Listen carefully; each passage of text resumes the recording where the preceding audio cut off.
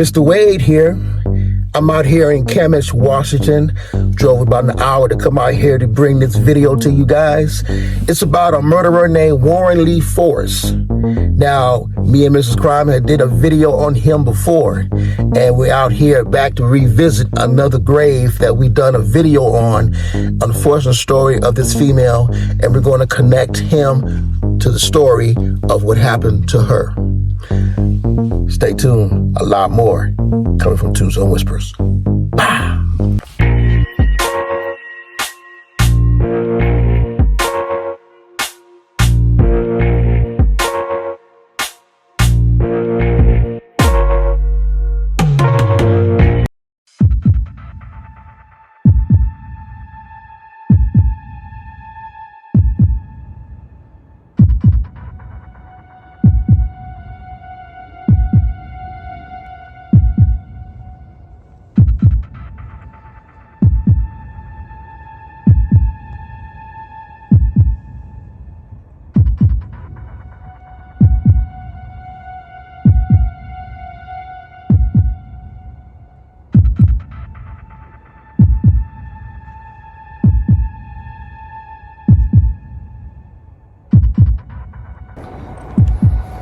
Mr. Wade here and Mrs. Crime.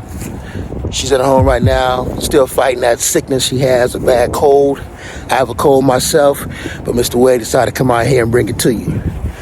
Thank you to all our subscribers out there. Remember, click that like button. A lot more to come from Tombstone Whispers. So today, I'm out here to revisit a grave of a female that was murdered by this certain individual. Going to revisit and break down the story of this killer of 7+ females and revisit her grave. Stay tuned.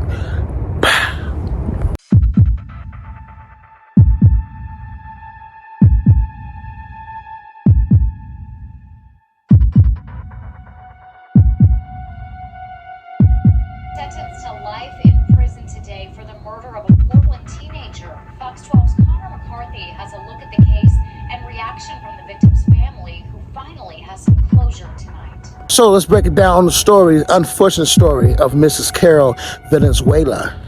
Now what happened was, this guy here, put his name up here, he has a lot, about at least 6 murders that were tied to him. Now, do he admit to all of them? No.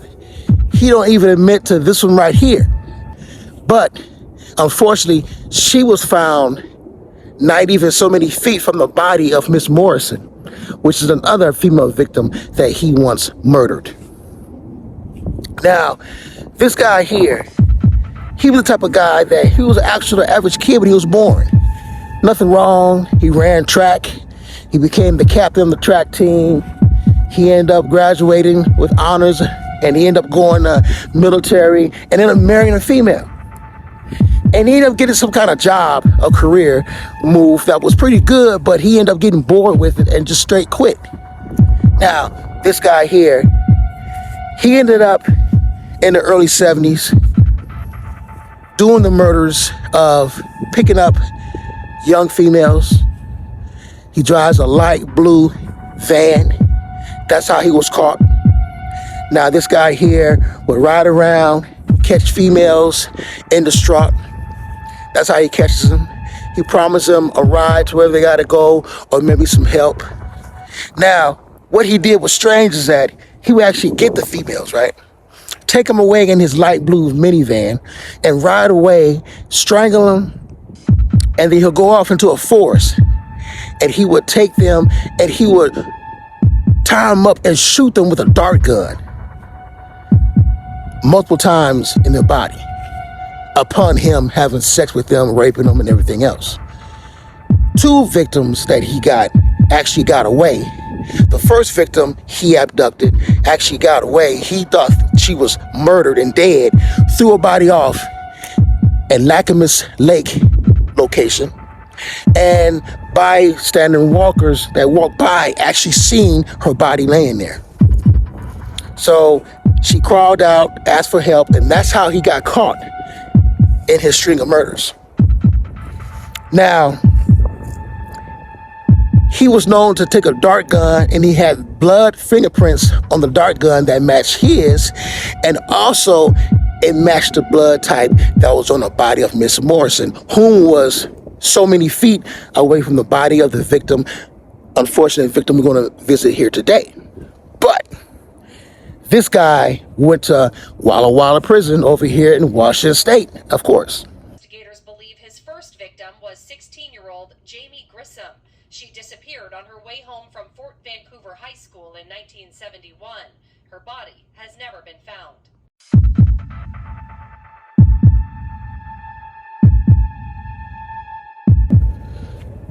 Now, with his background of doing the murders and all this different stuff he did, he was also tied into Ted Bundy. A lot of different murderers always seem to be tied into Ted Bundy. It's like they all get together and have a group chat or something, right? Crazy. But they all got together some point. But he tried to say the body of the victim here is not his. Morrison was his because he got pointed to him because he had blood stains on the dart gun. One of the bodies that he had murdered, bystanders were walking along again in this trail in the forest, and they found the skeleton legs sticking out of the bush. And that's how they found the body of one of the victims, that they end up using the teeth. They had the brother give a dental record so they can match it to the teeth. And that's how they put everything together. Very intelligent how they do this. But this guy here, sickened individual, of course, but he definitely is in Walla prison, serving life term, fighting the murder crime, saying he didn't do them, later say he has done them, but he's playing games. At first, he played the mental role, saying he's unstable. Now he's been stable. Recently, a few years ago, he ended up going to court and representing himself. Wow. The distraction I chose was, deviant fantasies. Recently, he went to court and represented himself. He said him being mentally unstable all this time has gotten better over the time, so now he's able and mentally stable to represent himself. But he has no murder victim look. A lot of them don't, but they saying that he caught a lot of his victims because he looks innocent, he's older, he looks innocent, so that's why they trust him to get into his van. Wow.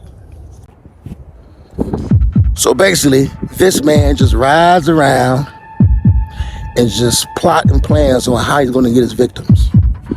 And now that he's representing himself, he tried to get off on the case. He was up for maybe parole. They actually thought about giving this man parole out here in the Washington County, Clark County. Wow. Several other women and girls in the Portland and Clark County areas in the 1970s.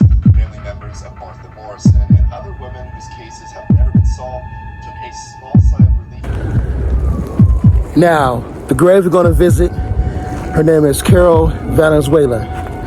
Now, she's 18 years old, and she was a hitchhiker from Camas, Washington. She was trying to get to Vancouver, Washington.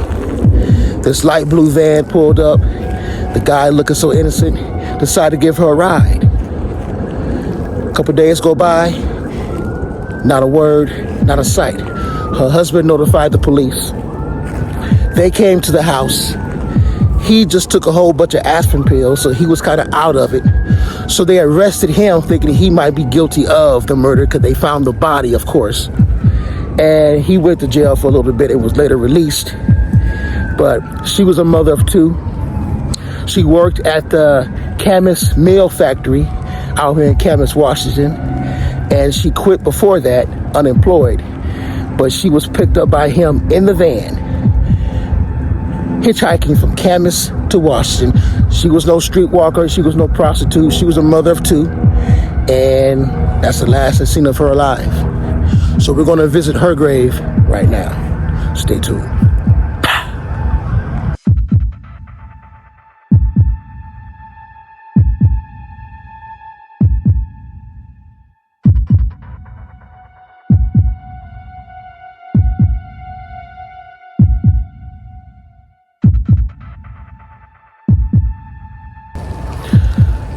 So we are now at the grave of Carol Valenzuela. the murderee of the individual that was deranged. Here she is.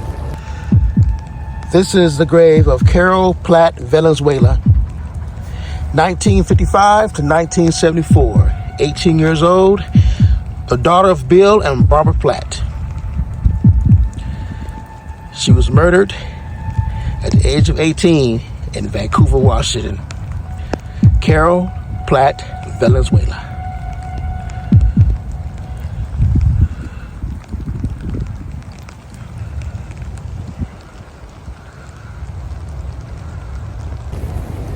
I hope you guys enjoyed the video, the unfortunate story of Carol Platt's, and to know that there's a lot more coming from Tombstone Whispers. Remember, subscribe to us, hit that like button, a lot more coming. Stay tuned for a lot more from Tombstone Whispers.